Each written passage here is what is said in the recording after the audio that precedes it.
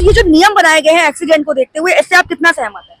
Madam इससे हम कोई सहमत नहीं है, क्योंकि क्या हमारी एनसीआर गाड़ियाँ है। हम कहीं भी जाते हैं, कहीं जाके ऑनलाइन ड्यूटी चलते हैं हम। दिल्ली, नोएडा, ग्रेटर नोएडा, गाजियाबाद, कहीं भी रहते हैं।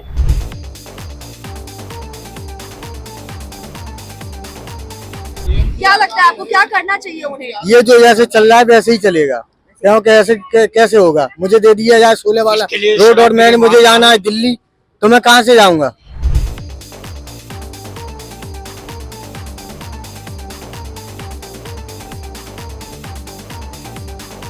मैं क्या कहूँ इसमें, तो देखिए तो गलत है। अगर एनसीआर गाड़ी आपने दिया है तो एनसीआर का मतलब होता हो दिल्ली, नोएडा, जहाँ तक हमारा परमिट है वहाँ तक हमें चलने का अधिकार है। क्या होना चाहिए आपके हिसाब से? ये गलत है। लेकिन जिस तरह से एक्सीडेंट होते हैं उनको वो एक्सीडेंट कहाँ होते हैं? हमारे एक्सीडेंट होते हैं कार वालों को, इनको सजा रहे हैं ना, कार वालों को और स्कूटर वालों को।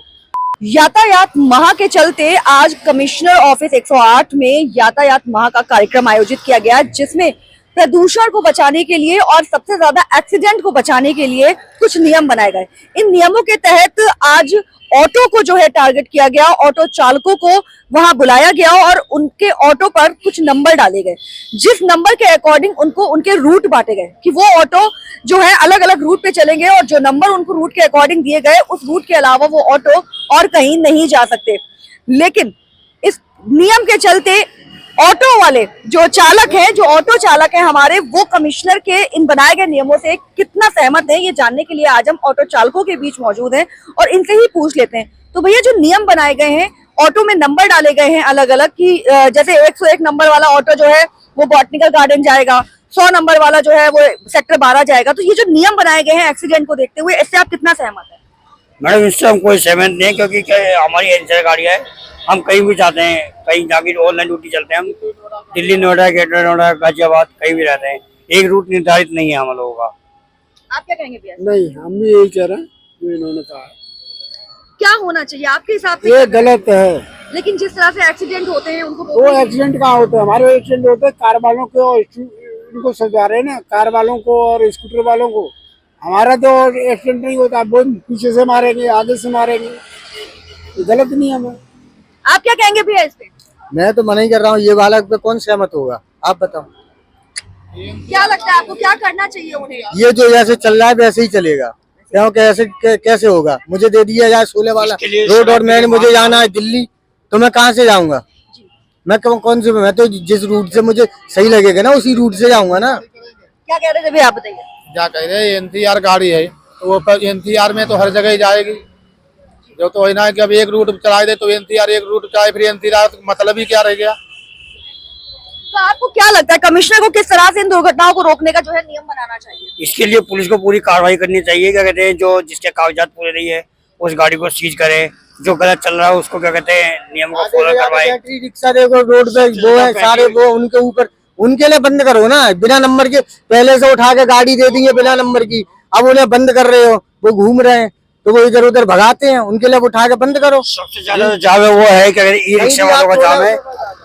और ये सेक्टर 18 में जो 19 लगी है वो ऑटो वालों के लिए, वो ई रिक्शा के कारण ही लगी है, क्योंकि सबसे ज्यादा जाम ई रिक्शा लगाते हैं। आज से पहले कभी सेक्टर 18 में ऑटो जाता था खूब, मार्केट आर्केट में, अब नहीं आता है, बंद कर दिया, नो एंट्री कर दी। लेकिन भैया आप लोग के लोकेशन पे तो ई रिक्शा जाता नहीं है, तो उसके लिए आपने क्या? जैसे मेरे लोकेशन पे जहाँ हम जाते हैं तो उन पे सारे रोड पे तो चल रहा है ना ई रिक्शा, कौन से रोड पे नहीं चल रहा है? तो आपके अकॉर्डिंग ई रिक्शा वालों पर नियम बनने चाहिए?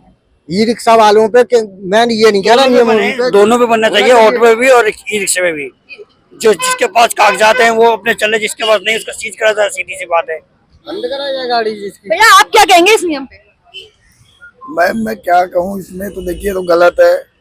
अगर एनसीआर गाड़ी आपने दिया है तो एनसीआर का मतलब होता हो दिल्ली, नोएडा, जहाँ तक हमारा परमिट है वहाँ तक हमें चलने का अधिकार है।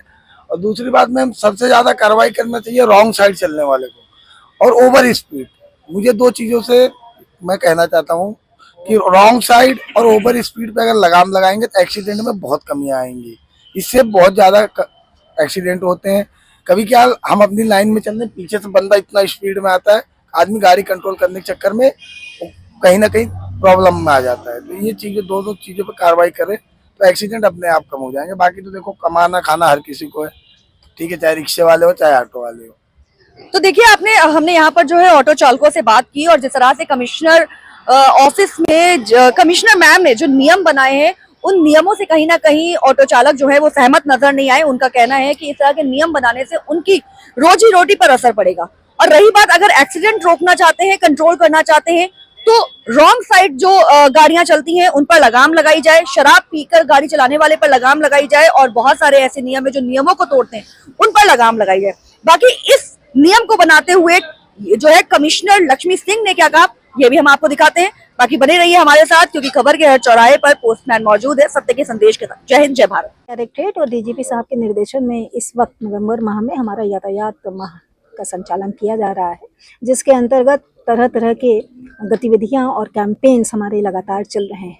इसी क्रम में हमारे द्वारा जो एनालिसिस की गई उसमें पाया गया कि अर्बन मेट्रोपॉलिटन सेंटर्स में, दिल्ली एनसीआर में और तथा अन्य क्षेत्रों में रॉन्ग साइड ड्राइविंग, रॉन्ग लेन ड्राइविंग, रॉन्ग कट को लेना, रॉन्ग तरीके से एक्सप्रेस वे पर चढ़ना और उतरना, ये कुछ फैक्टर्स हैं जिसकी वजह से मैक्सिमम नंबर ऑफ एक्सीडेंट्स हमारे हो रहे हैं। इस एनालिसिस के आधार पर यह पाया गया कि 4 पहिया वाहनों के द्वारा मैक्सिमम ये रॉन्ग साइड ड्राइविंग होती है और इसमें उनको अवेयरनेस कैंपेन के तौर पर हमारा एक मैसेज शूट कराया गया है ताकि लोगों को ये समझ में आए कि उनकी ज़िंदगी कितनी बहुमूल्य है।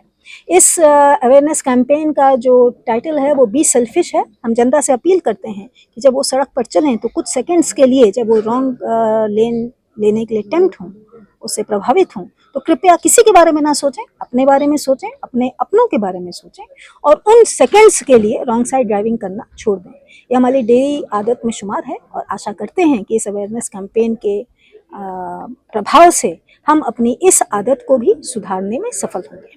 मेरी गौतम बुद्ध नगर पुलिस कमिश्नरेट के अंतर्गत रहने वाली सभी जनता से, सभी कामकाजी वर्कफोर्स से ये अपील है कि इस संदेश को अपने जीवन में जरूर अनुस्यूत करें और आशा करते हैं कि आने वाले दिनों में रॉन्ग साइड ड्राइविंग की कंप्लेंट्स में रिडक्शन होगा।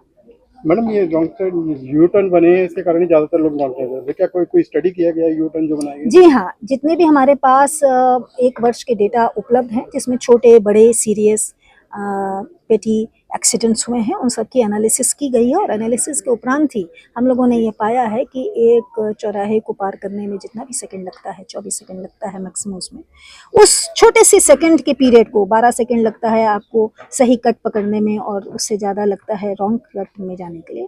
छोटे से सेकंड्स बचाने के लिए हम लोग अधिकतर सड़कों पर जो कम्यूटर्स हैं वो अपनी ज़िंदगी को और अपने सामने आने वाले वाहनों की ज़िंदगियों को भी खतरे में डालते हैं।